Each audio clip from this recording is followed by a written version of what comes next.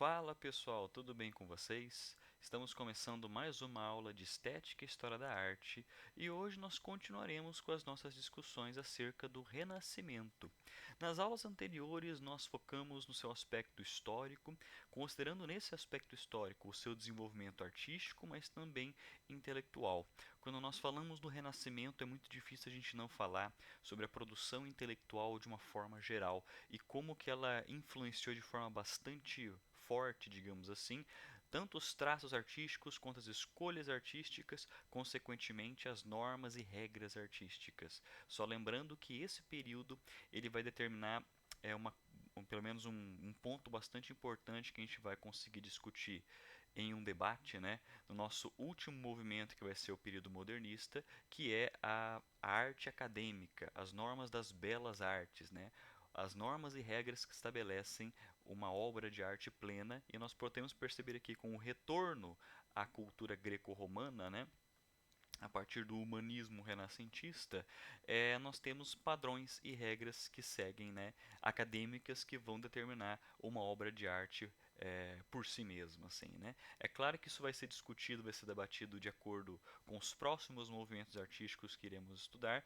e por que isso se torna então uma discussão que leva em consideração tanto o ambiente intelectual, quanto o ambiente político, quanto o ambiente social. Então, nesse sentido, a gente não vai separar, né? Não se separa o período, a produção intelectual, filosófica, política da manifestação artística no Renascimento, assim como todos os movimentos. Embora esse aqui a gente consiga enfatizar melhor toda a mudança que está ocorrendo, né, nesse período, diferentemente, o porquê que isso contrasta, né, de uma forma bastante marcante com o período medieval. Beleza.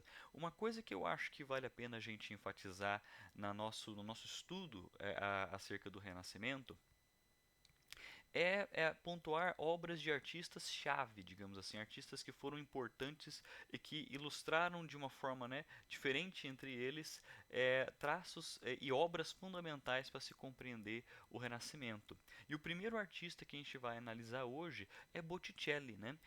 Os próximos autores que iremos analisar vão trazer ideias diferentes junto, né, da nossa caixinha que a gente está chamando de Renascimento, porque a partir de agora nós temos a possibilidade de destacar obras de artistas aclamados, artistas renomados, que podem resumir, podem sintetizar o espírito renascentista e o espírito de outros movimentos que iremos estudar durante a disciplina. Beleza? Vamos ler então a primeira descrição que temos do nosso primeiro artista que iremos analisar hoje, que é Sandro Botticelli. Sandro Botticelli é considerado o artista que melhor expressou, por meio do desenho, um ritmo suave e gracioso para figuras pintadas. Seus temas, que vinham tanto da antiguidade grega como da tradição cristã, eram escolhidos com base em seu potencial para expressar determinado ideal de beleza, como na sua obra A Primavera. Nessa obra, as figuras têm sua individualidade, porém o observador as percebe como conjunto, por meio do ritmo suave do desenho. Aqui a gente já percebe então uma coisa que a gente vem falando há bastante tempo, né?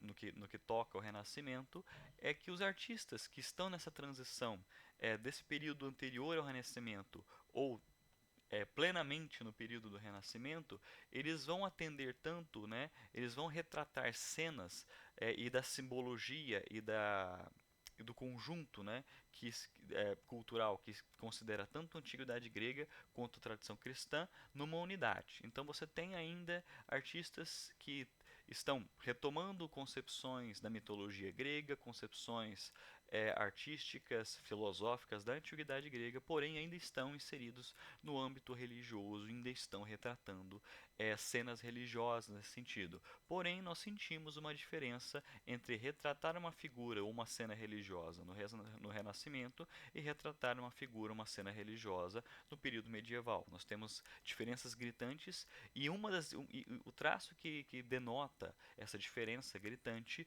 é o aspecto humanista, o aspecto naturalista. Lembre-se que nas outras aulas eu comentei que se no Renascimento você percebe um realismo impressionante, um naturalismo impressionante, isso devido, logicamente, para o seu desenvolvimento intelectual científico, e um deles é o estudo da anatomia. E só é possível fazer uma pintura, uma escultura com traços realistas do corpo humano se você tem pelo menos uma base de conhecimento anatômico. Então é bem possível que esses artistas, esses intelectuais, estejam familiarizados com a dissecação de cadáveres, com o corpo humano um pouco mais íntimo, coisa, digamos assim, que na Idade Média não era possível, né? Devido à sua concepção herética de você ter esse tipo de prática. Logo, você tem juntamente, né? Só é possível retratar, só é possível você perceber realismo e naturalismo nas pinturas renascentistas se você tem um avanço no conhecimento científico, mais enfaticamente, né, falando do seu conhecimento biológico anatômico.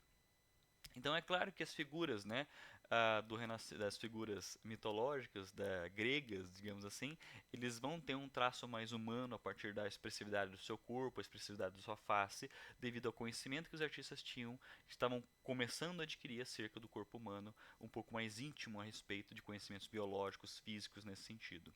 E a obra que nós escolhemos para analisar, né, Botticelli, para destacar a sua graciosidade dos traços, para o retrato do movimento, nós temos a Primavera, que foi feita entre 1444 e 1405, ou digamos assim, nós percebemos, né, a presença nesse período, como que eles estão retomando então concepções da antiguidade grega, e isso aqui traduz muito bem essa concepção.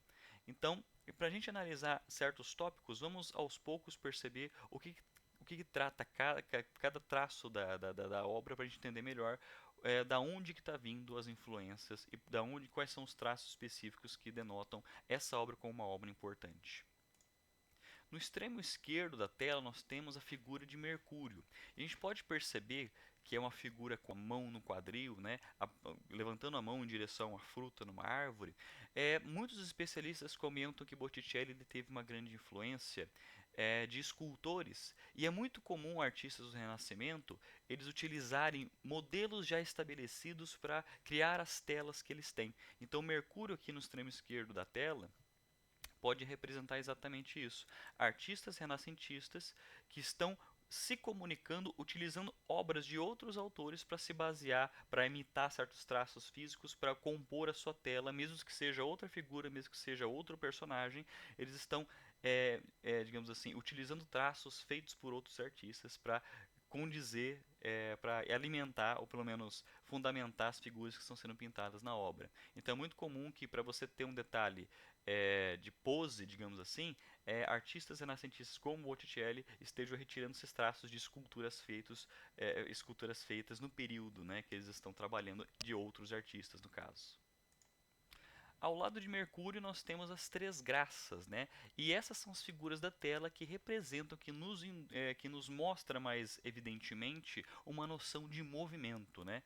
Eu acredito que do outro lado da tela também podemos perceber com as duas figuras ali uma questão de movimento, né?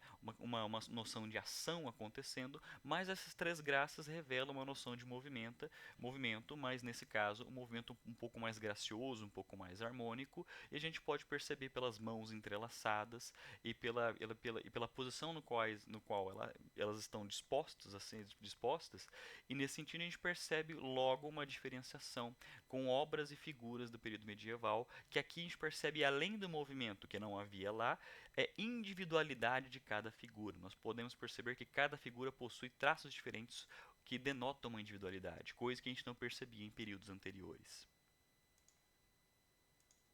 Ao centro da tela a gente pode perceber Vênus, e Vênus aqui pela protuberância da sua barriga pode indicar a gravidez, e logo notando, para denotar a simbologia por trás de Vênus, o seu desejo sexual e a sua fertilidade, o artista Botticelli optou por representar os ramos e os galhos, as folhas que estão atrás de Vênus, meio que emanando dela, para simbolizar, digamos assim, essa noção de fertilidade ou até mesmo de desejo sexual, e isso denota muito bem ela como figura central que olha diretamente para o espectador, e a gente consegue, né, notar esses ramos, esses galhos, essas folhas emanando diretamente dela, simbolizando, portanto, uma noção de fertilidade. No extremo direito da nossa tela, nós temos a interação entre Clóris e Zéfiro, né?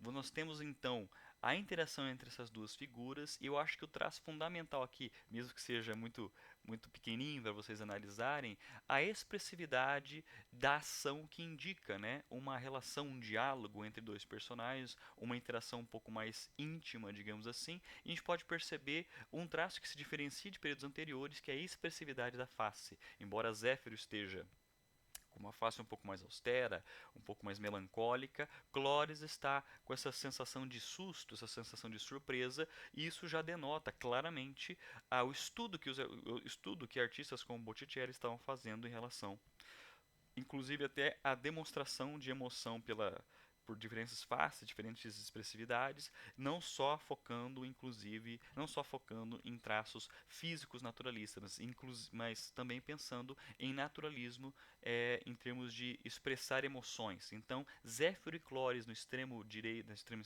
da nossa tela, a gente pode perceber então a expressividade de emoções via os detalhes do rosto dos personagens. Bem, creio que seja isso. Nós podemos ter o nosso primeiro autor do Renascimento tratado aqui, né? Nós temos pontos importantes para entender como que funciona e por que nós detectamos esses traços em obras do Renascimento. A Primavera do Botticelli indica traços que contrastam, né, com outros traços de períodos anteriores. Creio que seja um bom um primeiro passo bastante interessante para a gente entender a escolha do artista e por que esses traços se mostram bastante ligados intimamente com o desenvolvimento artístico e desenvolvimento intelectual. Certo? Creio que seja isso. Até mais.